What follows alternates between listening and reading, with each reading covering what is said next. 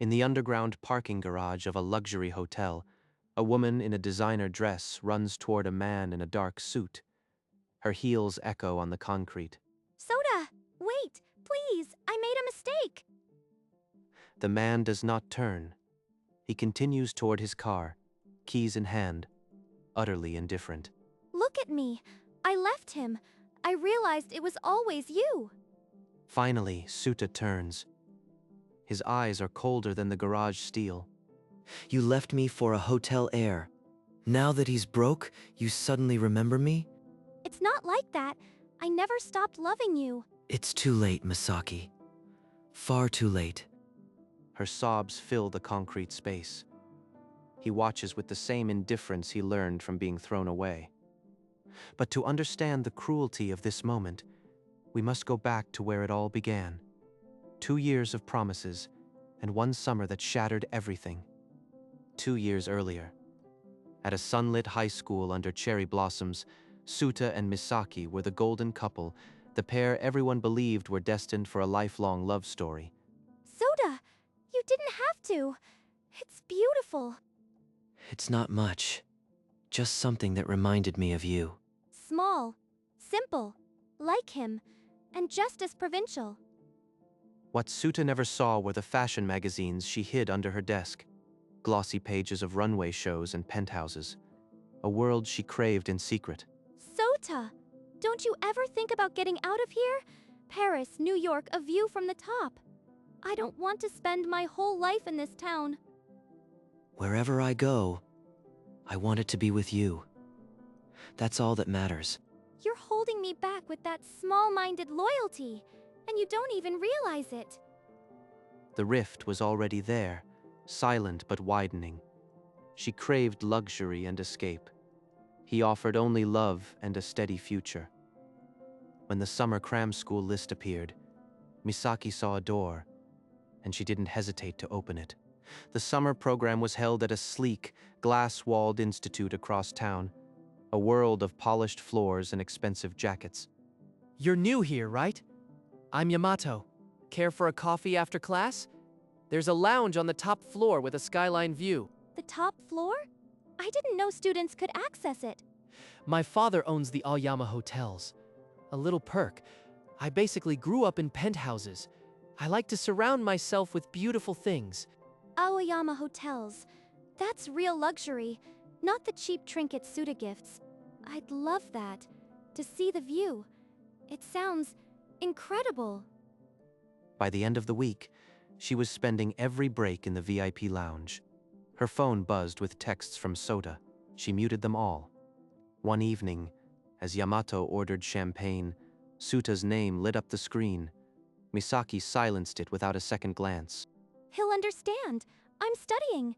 This is for my future. It was the first time she lied about where she was. It wouldn't be the last.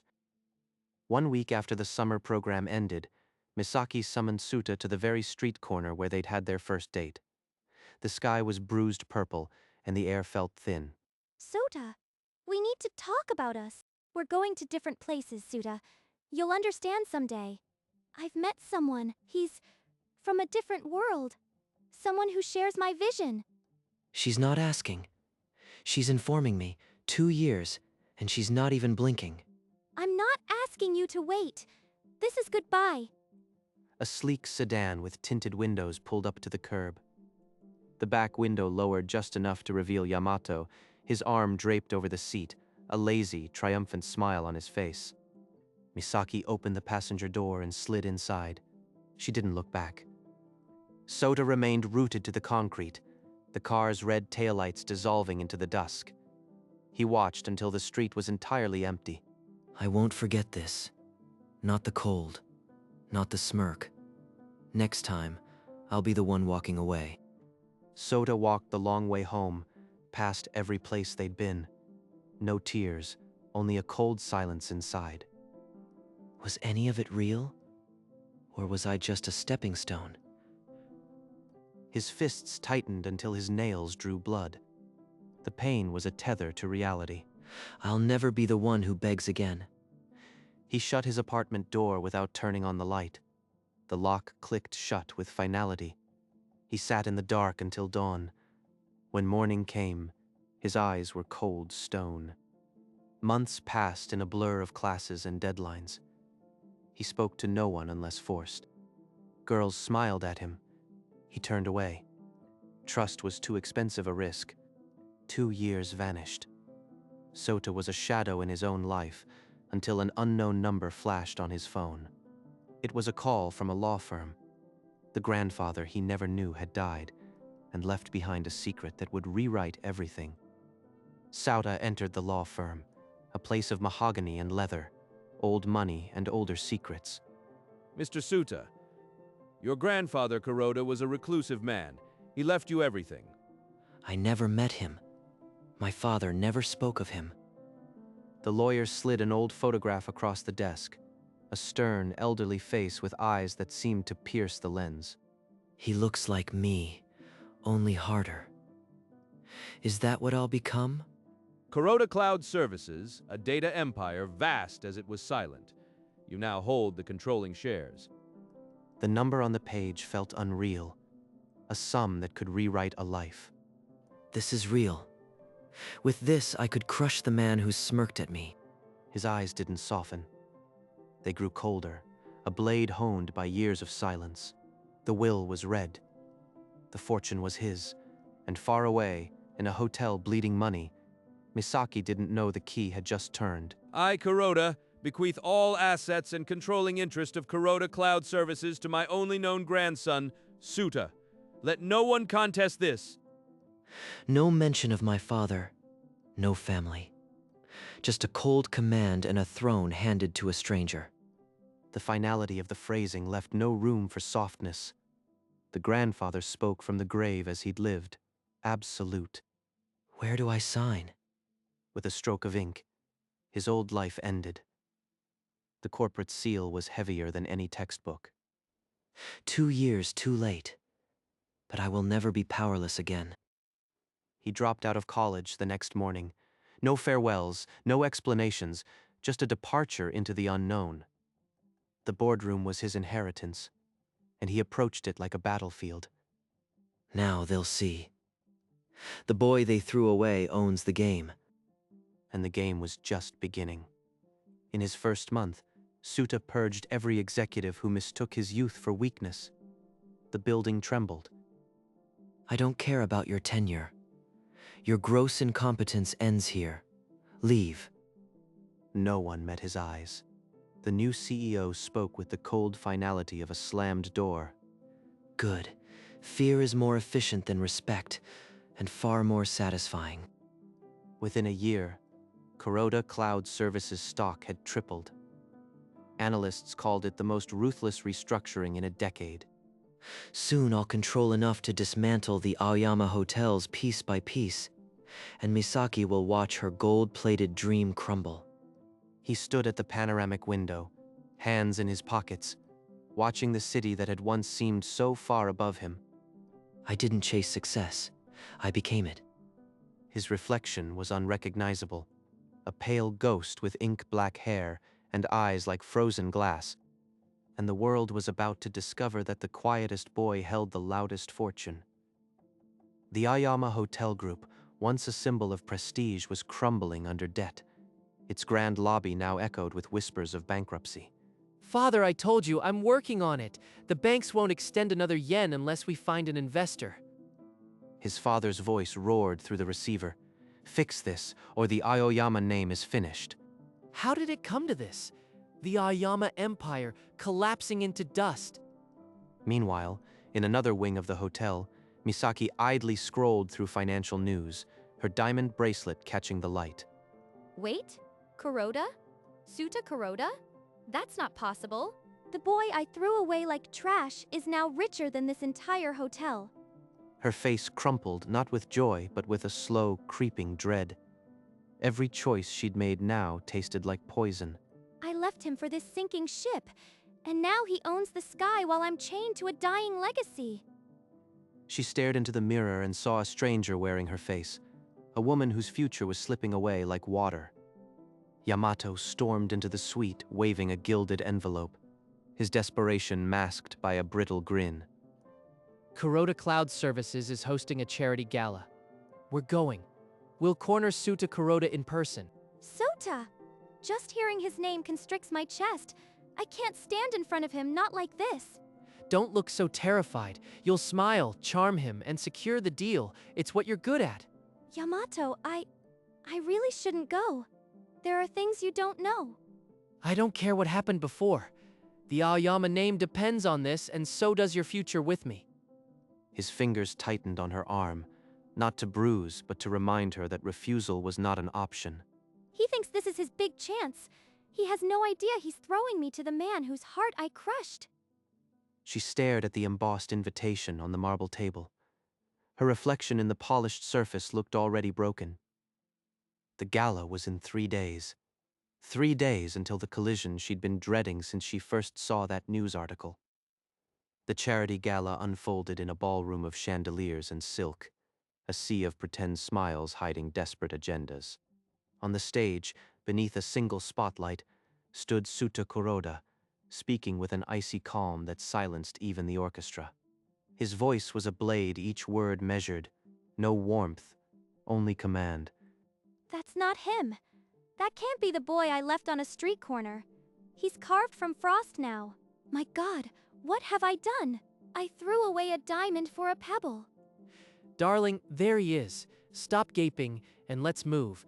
The Aoyama name won't save itself. He's already scanning the crowd. Please, don't look this way. Not yet. But Suta's gaze swept the room like a security scan. Cold, impersonal, missing nothing. He didn't recognize me. He didn't even pause. I'm nobody to him now. The boy she had discarded was now a titan, and she was just another face in the glittering crowd. Mr. Kuroda, Yamato Aoyama of the Aoyama Hotel Group. I've admired your work from afar, and this is my fiancée, Misaki. She's been absolutely dying to meet you. He's looking right at me. Does he remember? Does he care? My hand won't stop shaking. I feel like porcelain about to shatter in front of this whole ballroom. A pleasure to meet you both. Misaki extended her hand, manicured and trembling, but Suta's remained in his pocket. The silence was a rejection worse than any insult. Enjoy the evening. He didn't even shake my hand. I'm less than a stranger, less than nothing. All those years, and I'm just a name he forgets. What was that? Misaki, you barely said a word. We need to charm him, not freeze like a statue. I'm sorry. I felt lightheaded. The crowd, the noise. But she knew she'd have to find him again, alone. This public brush-off, this erasure of their past, could not be the end. Not if she begged on her knees. As the last champagne glasses were cleared, Misaki saw Suta slip through a service exit. Yamato was deep in conversation. She didn't hesitate. She reached the elevator bank just as the doors slid shut. Through the narrowing gap, Suta's face was a mask of cold indifference. No. I won't let him vanish into another VIP suite. He's going to listen to me even if I have to scream it. She turned to the stairwell, pulling off her heels. Cold concrete bit her soles as she flew down, dress hiked up, breath ragged. I'll catch him in the garage. He'll have to face me. He can't pretend I'm nobody forever. The stairwell's fluorescent lights cast harsh shadows over her tear-streaked makeup, but she didn't slow. She burst through the garage door, barefoot, the concrete cold and damp beneath her. The cavernous space seemed to mock her panic. Where is his car? The black sedan over there. Please, let him still be here. Then she saw him, a silhouette by a sleek vehicle, keys glinting under the dim lights. He hadn't noticed her yet. Sota! Wait, please. Just let me say this. Misaki's bare feet slapped against the cold concrete, her voice cracking as she screamed his name. Sota! Stop! I need to talk to you. He didn't turn. The car's door handle was in his grip, keys already out. Please, just look at me. I'm begging you. She's here, of course. Now she begs. How predictable. I made a mistake, Suta. I was young and stupid. I didn't realize what you were to me until it was too late. Her fingers dug into the fabric of his suit, knuckles white. Mascara streaked her cheeks. I never loved Yamato. I was chasing a life I thought I deserved. A life that meant nothing. But you're the only one I ever truly... A cold shiver, not from the air. She almost sounds sincere, almost. Sota remained motionless, letting her words hang in the damp air. He hadn't yet decided if he'd enjoy this or end it quickly. Sota turned with the slow cruelty of someone who had been waiting years for this moment. You want me back now that he's broke? How predictable. No, that's not why. I realized I still love you. I was blind, but I see now. Please, Sota, I'm begging you. Sota peeled her fingers off his sleeve, one by one, with clinical precision. You never loved me. You loved what I couldn't give you, a penthouse, a name, a gilded cage. He's wrong, isn't he? Or is this the truth I've been running from? I'll make you a deal, Misaki. I will invest in the Aoyama Hotel Group on one condition. Anything. I'll break the engagement. I'll leave him tonight. Just tell me what to do. No. The condition is that Yamato keeps you, because I don't want you. Misaki's world contracted to the sound of her own heartbeat. She wasn't being offered salvation. She was being chained to the ruins of her choice. Misaki's legs buckled. She sank to the cold concrete, her dress pooling around her like liquid defeat. Why? How can you be this cruel? I just wanted a life. I was wrong. But is that a crime? Her voice cracked, mascara painting dark rivers down her cheeks. She searched his face for a trace of the boy who once loved her. What did I ever do to you, Suda? We had 2 years. 2 years, and you act like I'm a stain on your shoe. Sota watched her unravel with the detachment of a spectator at a tedious play. She still doesn't understand. 2 years? I counted every day of silence after her betrayal. He turned, the keys clicking in his palm, a mechanical full stop. No, don't you dare walk away from me again. Tell me why you hate me so much. Her voice echoed off the concrete pillars, but Suta's shoulders remained a wall of indifference. Why? Soon, but not yet. Why? Just tell me why. Sota froze. His polished shoe hovered an inch above the concrete. He turned with a slowness that felt like a blade being drawn. A dark, knowing smile carved itself across his lips. You really want to know that's rich. You're the reason I'm standing here today. What are you talking about? I don't understand. Not laughing now? Good. Because the joke's on you and you're the one who told it. He's enjoying this. There's something I missed. Something terrible. 2 years ago, you knocked on a certain door, didn't you? An old man's mansion. Ring any bells? Misaki's blood turned to ice. A memory she had buried rattled its chains. Sota took one step closer, his shadow swallowing the light between them. The words that followed would end her. You visited him. A dusty mansion. An old man with eyes like winter. Ring any bells? How do you know about that? Because I inherited his kingdom. You thought you'd plant a seed and harvest a fortune, didn't you? I just wanted to help. I thought if he knew his grandson existed, he might remember me. Help? You wanted your name in a will. You calculated every move, but you forgot that old wolves bite. Misaki's trembling hand reached out as if to catch a falling star, but there was only cold air and the echo of her lies. The old man was sharper than you. He added a clause, just for you. A clause? What do you mean? What did he say? A little surprise from a grateful old man to the girl who so generously informed him of his grandson's existence. The air grew thick as a held breath. Misaki felt the ground vanish beneath her, the truth still hanging just out of reach. 2 years ago, Misaki had traced a name through dusty public records, Kuroda, a reclusive tech patriarch with no known heirs. She saw a door to a fortune. She traveled to a crumbling mansion on the outskirts, rehearsing a script of concern and innocence as if she were a saint. The old man received her in a study of shadows and dust. His gaze was a scalpel. I'm a friend of Suta's. He doesn't know I'm here. I just thought, you should know he's your grandson. He deserves family. How kind of you. And what exactly do you hope to gain from this touching revelation? Only a footnote in a rich man's will.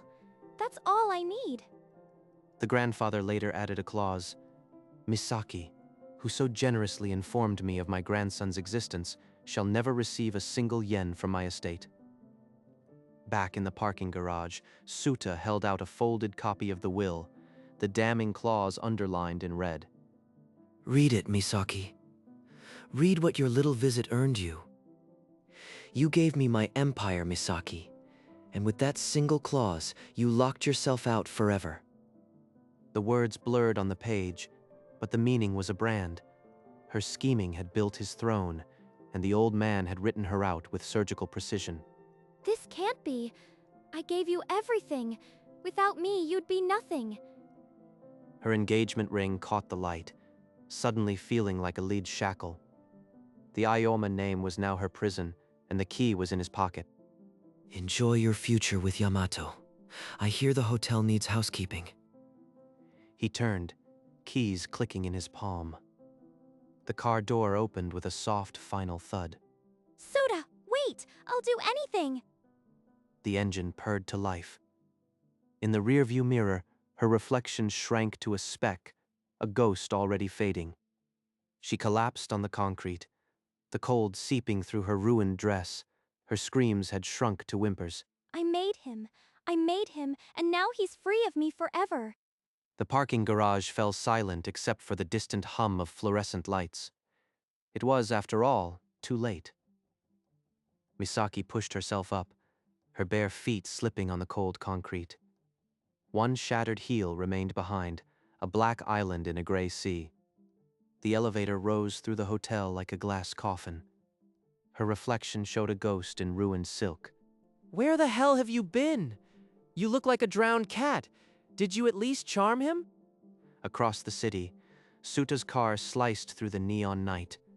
His fingers tapped the wheel, not with haste, but with the rhythm of a man unchained. She gave me the throne and then begged at its steps. Poetic. The deal is done. He'll invest. Finally, some good news. See? You're not useless after all. Now clean yourself up. She walked toward the elevator again, shoulders sloped. The gilded cage had never felt so cold. In the parking garage, the abandoned heel caught the sterile light, a piece of a princess who gambled and lost everything.